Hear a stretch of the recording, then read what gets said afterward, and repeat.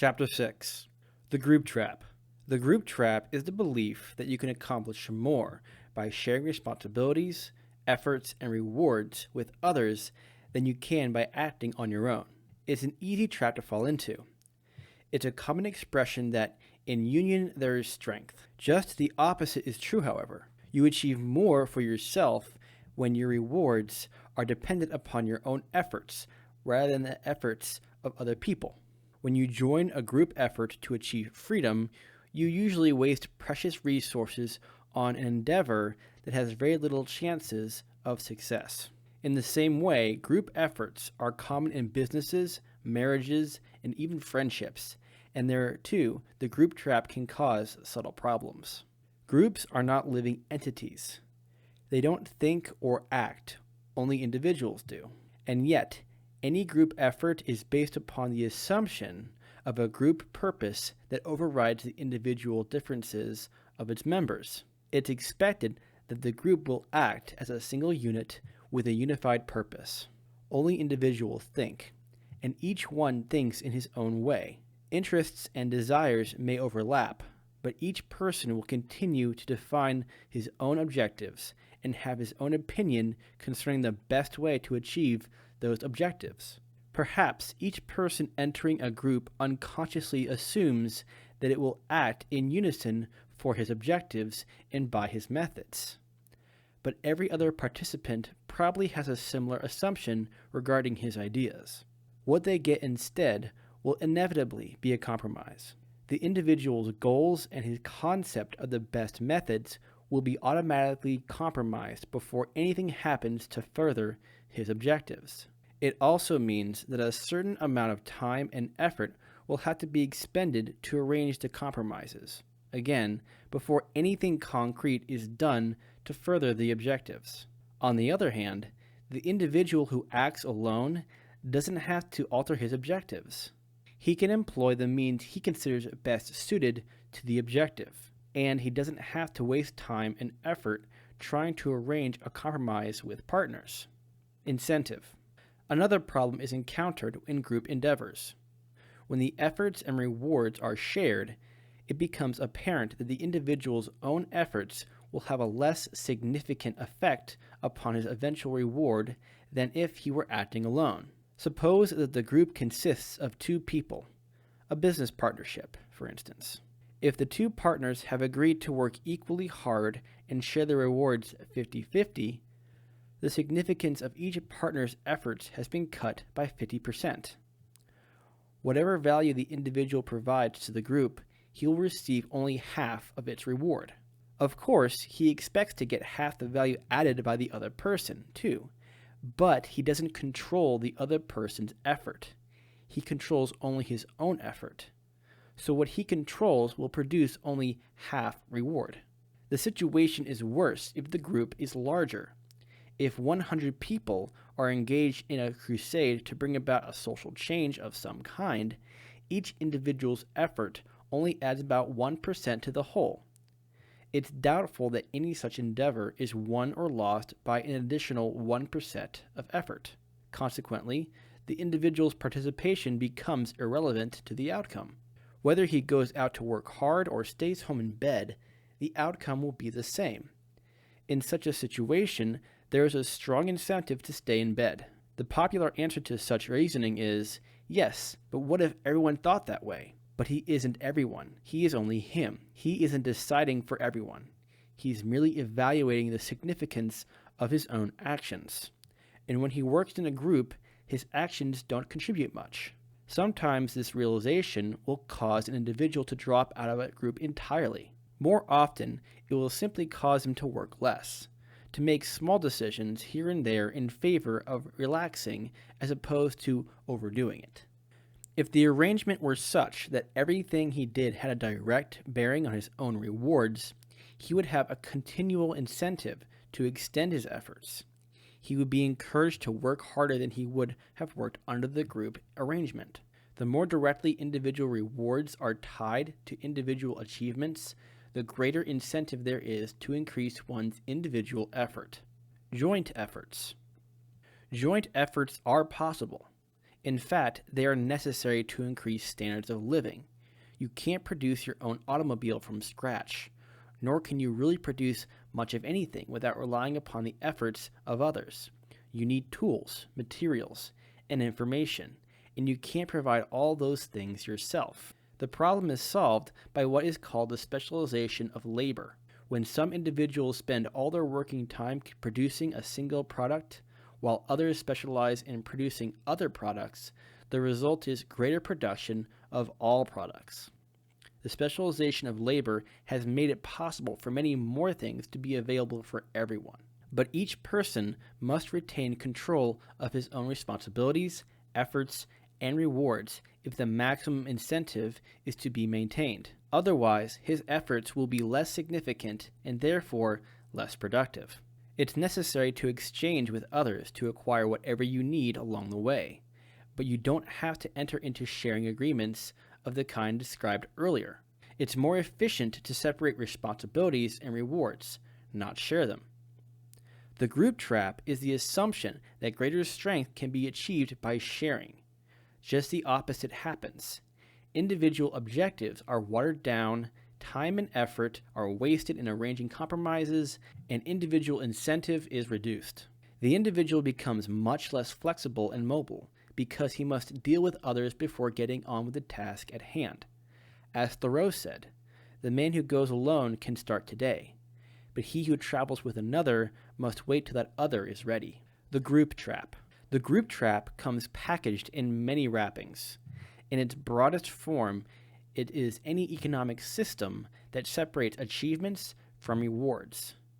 If an individual is required to share what he produces, but can also have a share of what others produce, his obvious incentive will be to produce as little as possible and live off the rewards produced by others. Consequently, total production will be reduced, and there will be less to split up. The group trap also applies to a combined effort to clean up the community, lower taxes, end pollution, stop prejudice, accomplish social reforms, promote an ideology, or stop a war. In each case, the individual's efforts become almost irrelevant to the outcome. It's an example of the group trap when someone says, "If we all stick together and follow this plan, we'll succeed." You won't all stick together. You will each do things in your own individual way. You will depend for your success upon others sticking to the plan, and you may wind up spending most of your time futilely trying to herd them into line. And you will probably recognize that you could sit at home and not change the outcome one bit. Or you could work very hard and still not change the outcome one bit. Your actions are only your actions, not those of the group. Further examples of the group trap are business partnerships, profit-sharing plans, pooling of resources in marriages, and efforts to set up communes that eliminate individual incentives. A more subtle example of the group trap is the labor union. Not all individuals join labor unions enthusiastically, but those who do assume that they will be able to make more money through the combined strength of the union membership. When one recognizes the value of the specialization of labor, it makes sense for an employee to consider hiring someone to negotiate for him. But when negotiations are conducted collectively, without regard to individual differences in value, the individual's incentive is sidetracked again. In a unionized job, your wage is determined by factors other than your individual worth. So chances are that you will be paid too much or too little. Either event has its consequences. If you're underpaid, you're wasting your time in that job. If you're overpaid, you have little incentive to grow into new areas of your job or find out what you're capable of. In addition, you might lose your job if you're getting more than you're worth to the employer. If your pay exactly matches your worth, it's purely accidental. Since the pay of each individual in the union is determined by factors other than his own achievement, his incentive to produce deteriorates. Once again, the overall output is bound to be reduced thereby, which means that the overall reward to be shared won't be as high as it could be. Professional athletes and entertainers are often represented by agents who negotiate their contracts for them.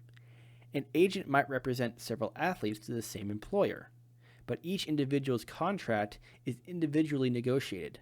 No attempt is made to rely on the group for bargaining power.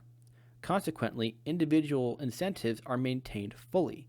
Value is encouraged, and rewards are greater. You're bound to be able to accomplish more for yourself in a situation where you can increase your reward through your own individual effort. Variations.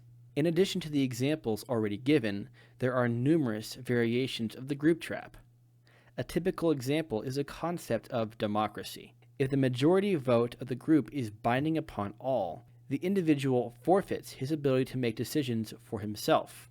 Politicians love to declare that the people have chosen for themselves at the polls, but the people don't have a mind. Only individuals do.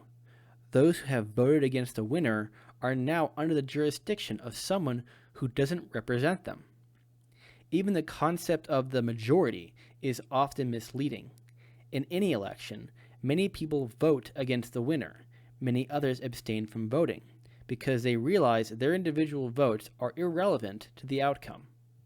And others aren't even allowed to vote, but are bound by the outcome. Those who voted for the winner are usually a minority, and even they may have voted only for the least unpleasant alternative. Another variation of the group trap is the assumption that you're responsible for people who are starving in other parts of the world. You could work for the rest of your life to change that, but your effort would never make a noticeable dent in the problem. You're in the group trap too, anytime you assume that someone can speak on behalf of anyone but himself. When someone tells you that you owe something to your country, to what is he referring? Your country consists of more than 200 million individuals with different attitudes, desires, activities, and principles. Do you owe it to every one of them to do as each of them wants you to do? What you owe your country is really what someone wants you to do to please him, but for which he's unwilling to make it worth your while.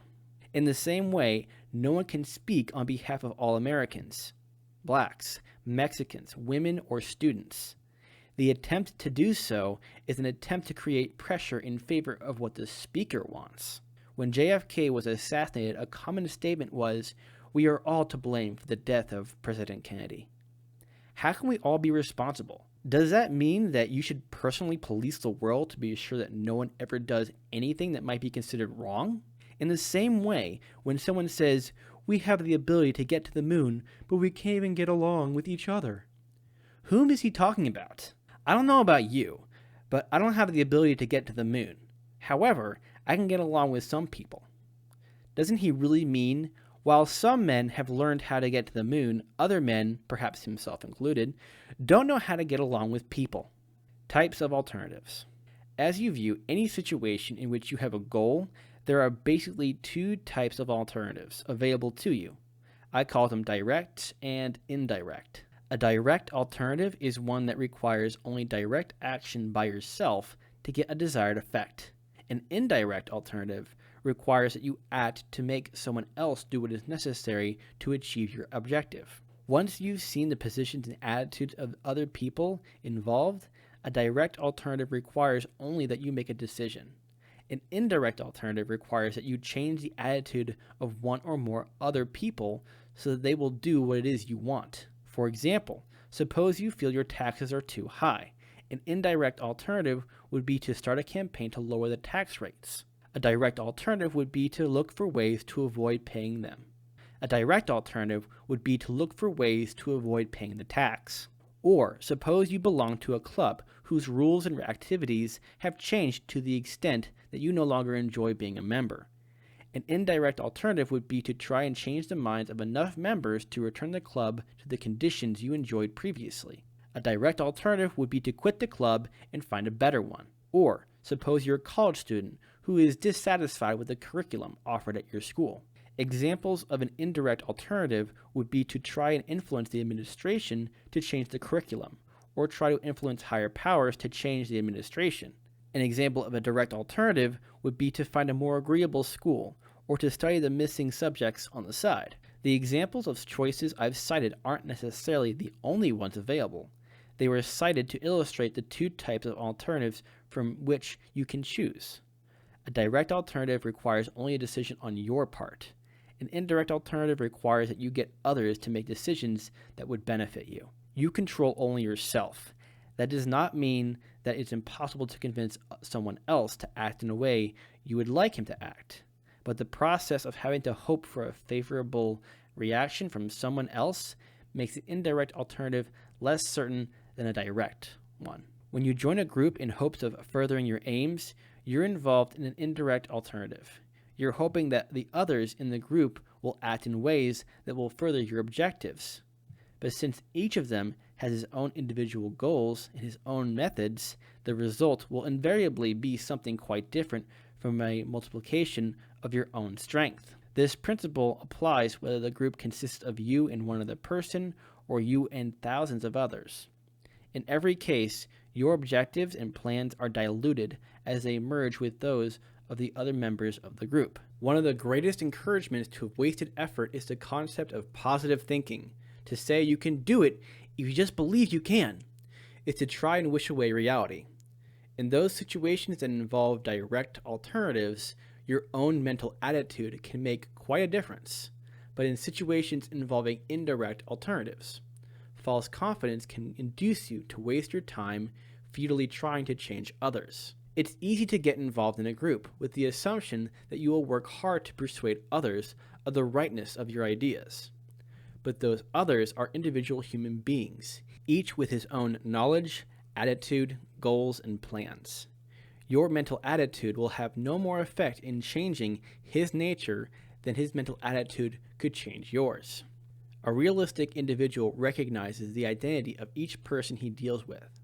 He knows that he can't change the identity of the other person just by willing it. He takes the identities of others seriously and then decides what direct alternatives exist for him in view of those identities. That doesn't mean that no one ever changes his ideas or plans, but the changes occur only when they make sense to the individual, when they are harmonious with his basic nature. There are occasions when you must sell something to someone else, possibly even sell for a living. But an efficient salesman doesn't approach the world with the idea that his persuasive powers could change anyone. Rather, he accepts people as they are and relies upon two talents. One, his ability to locate people whose self-interests would be satisfied by his product or service, and two, his ability to demonstrate to those people the connection between his product and their self-interest. I realize that many salesmen waste their time trying futilely to persuade anyone and everyone they meet. But that's why so many salesmen make poor livings for the amount of time they spend on it. The most successful salesmen, explicitly or intuitively, recognize and accept the identities of the people they deal with. They take seriously their prospects' attitudes and objections, and they don't waste their time with inappropriate prospects.